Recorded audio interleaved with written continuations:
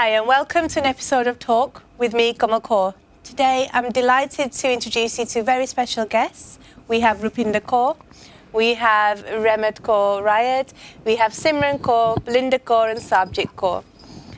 Rupinder is the award-winning founder of Asian Women Meet Business, AWMB. She is passionate about helping Asian women to reach their true potential by unlocking their secret strengths. And in August this year, Rupinder and a team of 15 strong Asian women are tackling Mount Kilimanjaro, which is in Tanzania and it's the highest mountain on the African continent. So Rupinder, ladies, thank you so much for coming to the Sikh channel today. You're all looking so glamorous. I was expecting you to turn up in your hiking boots and your rucksacks. You did consider that. I'm loving the yellow subject. It looks gorgeous. So yeah, tell me more about your journey and your adventure. What's made you do this? So this really is a dream that's come true after 20 years. So 20 years ago when I was at university, and I know I don't look that old, but it was 20 years ago, I just had this dream of wanting to go to Africa and climb Mount Kilimanjaro. The person I was 20 years ago is not the person I am now. And so 20 years ago, I didn't have the confidence or the self-awareness or even the ability to speak to my parents to say, I really want to do this. And 20 years ago, things were so different for our community, for how South Asian women were, how women were. But it's been there. And then, what happens? You graduate, you get a job, you get a house, you get a mortgage, you have kids. And as probably happens to a lot of women, I just parked the dream. I thought, how on earth can I do this? How can I just go off to Africa? How can I do this? But then 5 years ago, my mother-in-law and sister-in-law went. And I was pregnant at the time, so I couldn't go. But it really triggered something in me. And I just felt, so I was so happy for them, but I was so sad for me because I thought, that was my dream. That's what I wanted, and I didn't get to do it.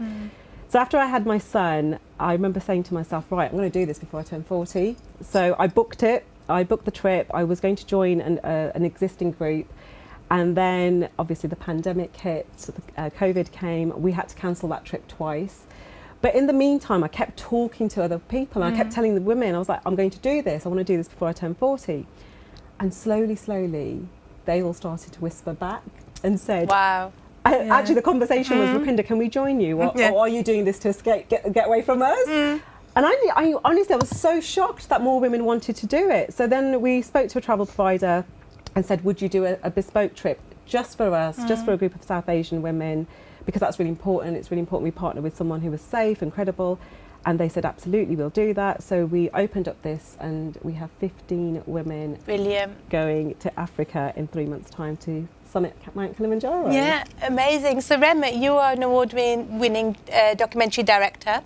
So why did you get involved and what's it been like filming? So I think one of my sort of goals as a filmmaker and as a documentary director is to amplify people's voices, especially those who are disadvantaged in some way. And I really obviously resonate with the stories of Indian women having been through some of the sort of challenges and having an understanding of the different roles that we as Indian women have to play as daughters, as wives, as daughter-in-laws, and all those kind of things that we hold. And so when I spoke to Rupinder and when she mentioned that she wanted this film to be made, I jumped at the idea because I thought this is an absolute dream to be able to document, firstly, a monumental journey which has never ever happened before, and secondly, to be able to support these women to tell their stories, because I think it's really important that the filmmaker has an understanding of the challenges and can meet them on that level, because I think it would be a very different film if there was a white man coming here and joining this team and telling the story from their kind of lens. I think it's much more powerful for me to kind of just step away and allow these women to tell their own stories and try and document it in whatever way I can. And in terms of the filming, it's been really incredible. So we've only had one filming day, but it feels like I have known these women for years and years. And that one filming day was so powerful. And every woman has their own stories and their own challenges. And it makes me think about how you know, this journey is not just about summiting Kilimanjaro. These women have summited so much just to get here and just to take up space as Indian women, which we're so, like, you know, uncomfortable doing and uncomfortable. Really conscious about that, aren't we? About taking up space. Yeah, like taking up space and being able to go, actually, I'm a priority and my training is a priority and I have to get this in. So all of that, unpacking that has been so interesting for me on a personal level, as well as being able to be behind the camera and document that and kind of tease those, get those questions and tease those answers. So yeah, it's a dream. Definitely a dream. So subject, what's the biggest challenge? We've talked about challenges. What's the biggest challenge been for you onto this journey so far? So for me, I was the last woman to join, and it's because my daughter Gusama's birthday is whilst I'm away. So I put a no to it. That for me was the biggest initial challenge. And I think also I've been raised in a multi-generational extended family. I've lived my life following a set of rules that I wasn't even told them. I observed them intuitively. And I always had a suspicion that there was a brave soul inside, but I never tapped into that. And one of the most biggest things that I've realised is in order for me to tap into that braveness, I have to make those decisions. But I'm almost learning to be a newer, more authentic version of myself. And I think basically fitting in the training and so on has been a challenge. But I must say that it's been a rewarding challenge, if that makes sense. Yeah, of course. So you will find that if you want to reach your goals, you automatically find that level of commitment. So, you know, ladies, I bet you've been working out good time management skills, and you're making better food choices, and you're working well together as a team. And those are kind of things that you've picked up along the way, as well as the physical side of it. The mental side can be quite grueling as well, as I expect. But you've done amazingly so far. So Simran, what are you looking forward to the most? So for me, going back to Moshi and Arusha, because my Dadaji and my Nanaji both lived there after India, like they went to Moshi. So for me, I've always wanted to go back, and if this opportunity hadn't come, I don't think I would have really gone because I have I had my great Nonni there, and I always thought that I would go there to see her, but she passed away pre-COVID. So I just felt like there was nothing there left for me to go. But going there and actually feeling like their presence when I go there is going to be, I think, the best thing for me. And just getting to the summit as well, because I've done Snowdon before. And that feeling of achieving heights, it's just inexplainable. Brilliant, Simran. So my dad's Nanaji was from Moshi as well. So growing up, my dad used to talk about Mount Kilimanjaro, and to me it was always this magical place, this place where, you know, unicorns will be dancing up there and all this kind of stuff. And the fact that you guys are going there and you're going back as well because you've got an ancestral tie there, I think that's absolutely brilliant. And you could just imagine that extra feeling of that happiness that you will get when you go up there. So Subject, again back to you, because I really love what you were saying about the toying between your personal life and wanting to achieve your goals. So now you've managed to do that, you've done that biggest challenge. What 3 words just give me 3 words that describe how you're feeling right now. I'm very excited. There is a degree of trepidation and also hope, but not just for me. It's been wonderful seeing the impact that this is having on my children. So I've shared previously, I came down the stairs and I observed my children dressed up in my hiking gear, and they were pretending that they were going to Kilimanjaro. Oh. And that was phenomenal, because prior to this, they didn't even know what Kilimanjaro was. So, yeah, hope really. all the social media attention has been so positive, and seeing you guys on your hiking trips, the energy there, the vibe is so high. So Belinda, what have you guys been doing as a team? What conscious efforts have you been doing as a team to remain in Jad Nicola all the time?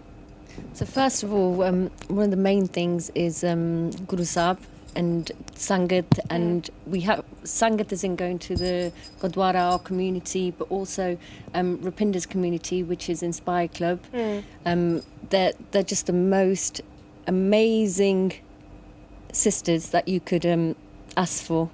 And you know, growing up, when you see your elders, I remember seeing so much strength in them, and so much community and helping each other. But as I got older, that was kind of lost. I thought, oh, they were like that. Would there ever be that kind of piar for each other? Not relationship-wise, but just as in wanting others to do well, just because they're, you know, they're part of your community. And I'm so glad that she created this place, because this is what this is. You know, it's your children are their children. Your doc is their doc. It's been so powerful that I don't think I could put that in words. But if you ask any of the sisters, they'll say the same thing. We, you know, if you feel a bit rubbish one day, the others will lift you. It's amazing. So, yeah, it has been an amazing roller coaster. What do you think that you will miss or you won't miss while you're out there? I know you're professional. No household chores. You're a professional. You own Tara's teepees, don't you? So you're very professional in that sense. So you've got professional life, you've got busy home life, you've got 3 children. I've got 3 children. Yeah. So, you know, it's anything that you're happy to park for a few days. Well, I'll miss the children to some degree. I'm looking forward to just being in amazing company, but I'm just thinking missing wise, I don't think I've really thought of what I'm going to miss, because I've got everything to gain from doing this, that it is that small period of time, and as mothers and just as South Asian women, we put everything before ourselves. So this is probably one of the first times in such a long, well, I can't even remember when, before having children, that I've even thought of doing anything for myself. So, so I don't think I'm really going to miss much, if I'm being honest.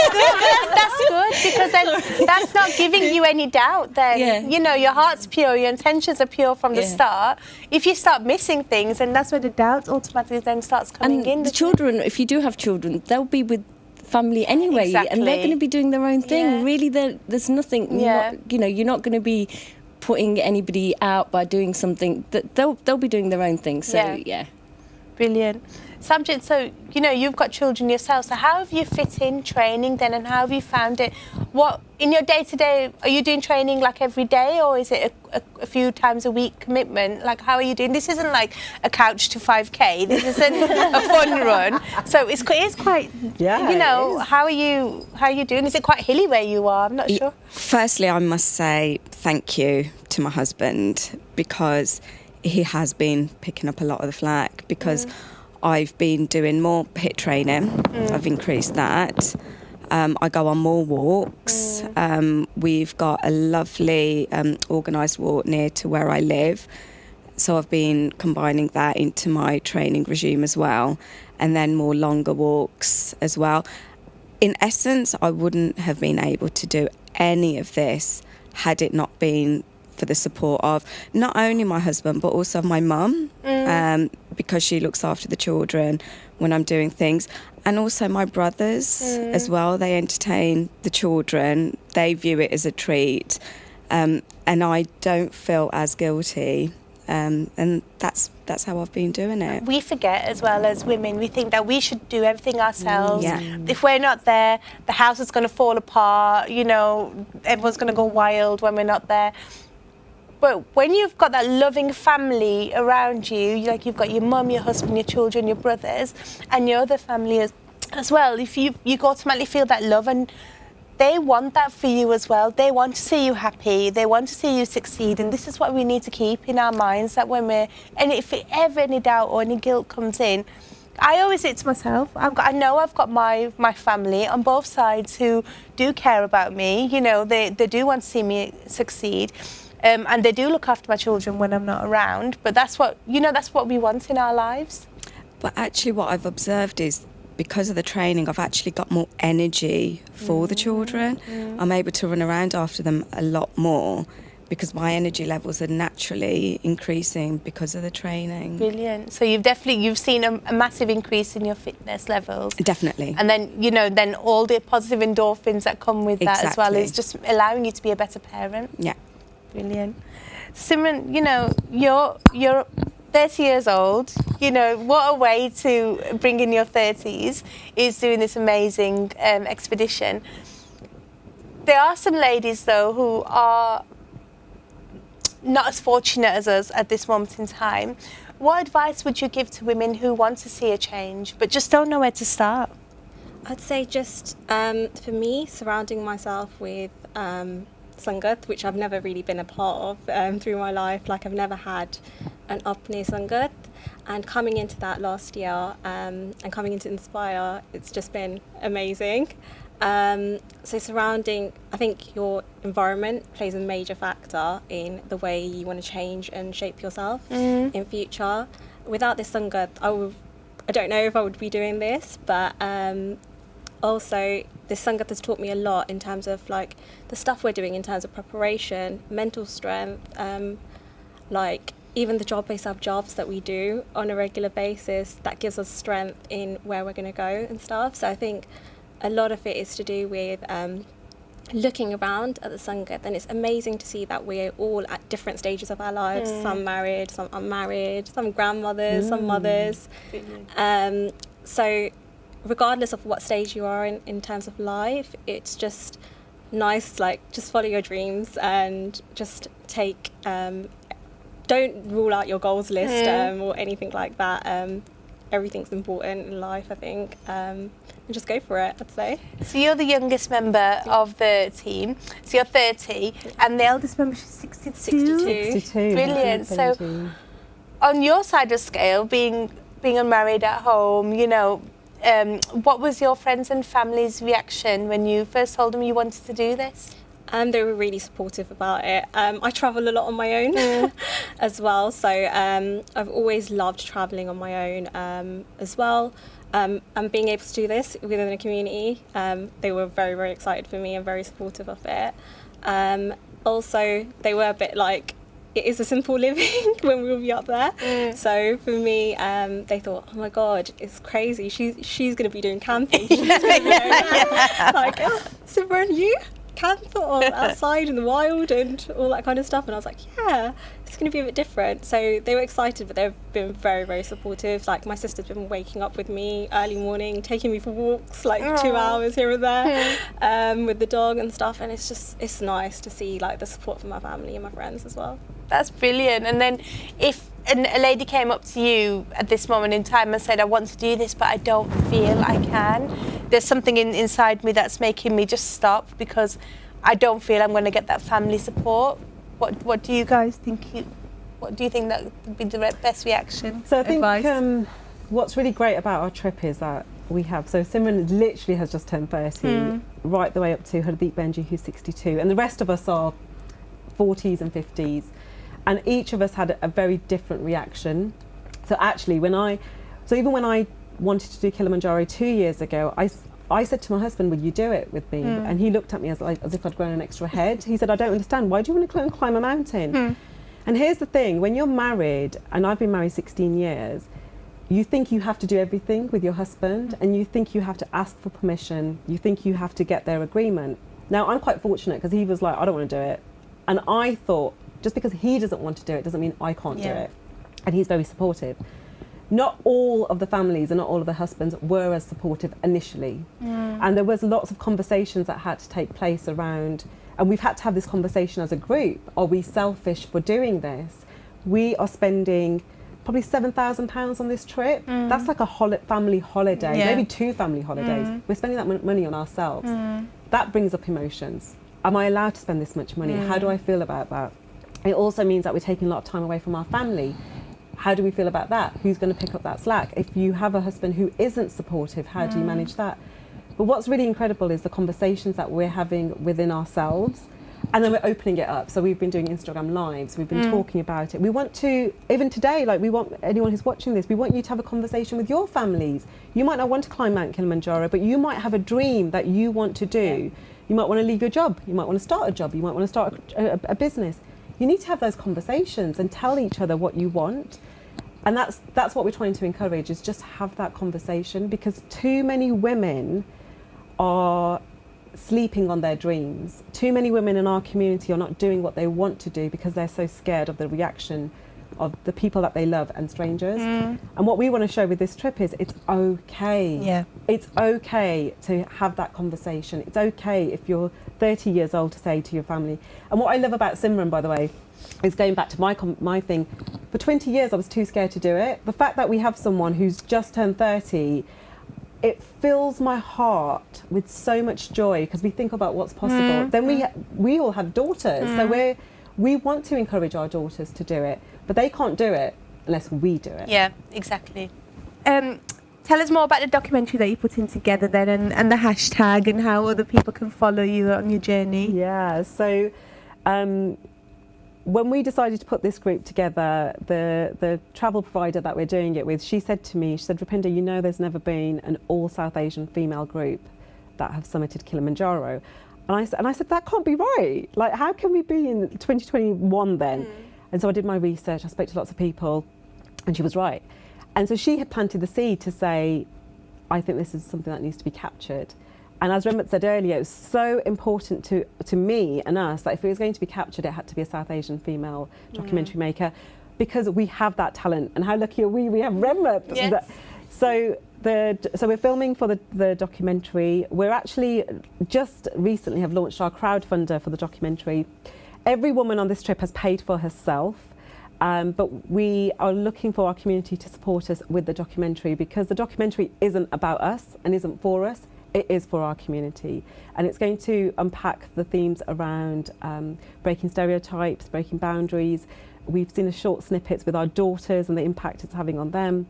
So we would love to have support on that. And I think, Remat, if you've got anything else to add about the documentary? Yeah, I just think it's really important that this documentary is seen like on a mainstream platform, and it's given that level of, you know, that space that it deserves. So this is not the kind of film that we plan to just, you know, just make it as sort of amateurly as possible and just stick it on YouTube. This is not that kind of film. We actually, in taking up space, we want to take up space on those mainstream platforms. So why can't this film be on Amazon Prime? Why can't this film be in cinemas? And why can't it have that space that it deserves? And so that's one of my goals, to get all of you and all of your stories in front of these, you know, just your average Joes of the UK and beyond. Like, I want it to be on something like Amazon Prime or Netflix, because I want your stories to be heard by not just our community, but, you know, so many other communities, because to be able to represent our community and the women of our community is so powerful. And I just feel so privileged that that's an option for us. So that's my dream, and that's one of the reasons why I'm really keen for this film to be funded, so that we can make it, and we can make it a success, and we can share it. Brilliant, absolutely brilliant. And there's something about the fact that even since we've been training and sharing, the messages I get, and everyone gets from women saying, can we join you? Is it too late? We want to do this. And even that makes me think that if we can have this impact on just through our social media, what could this documentary do? Yes. Like, wouldn't it, just before we were talking, wouldn't it be amazing if every year there was a group of 15, 20 women that look like us that go to Kilimanjaro? Yeah. And that is possible because they'll have visibility of it through this documentary. Absolutely brilliant. So, guys, there you have it. Never before has there been a team of 15 South Asian women to climb Mount Kilimanjaro. I want you all to join me in wishing this team of amazing, inspiring ladies the most safest and successful of trips. And we can't wait to see the documentary when it's out. You can follow the progress of the ladies now on Instagram, which is hashtag Prime Kili with AWMB. We will pop it up on the screen as well. And there is a trailer as well for the GoFundMe campaign, which we will endeavour to show you soon as well. But thank you. Any last words, ladies? Anything you want to add? For having us. Thank you. Thank you.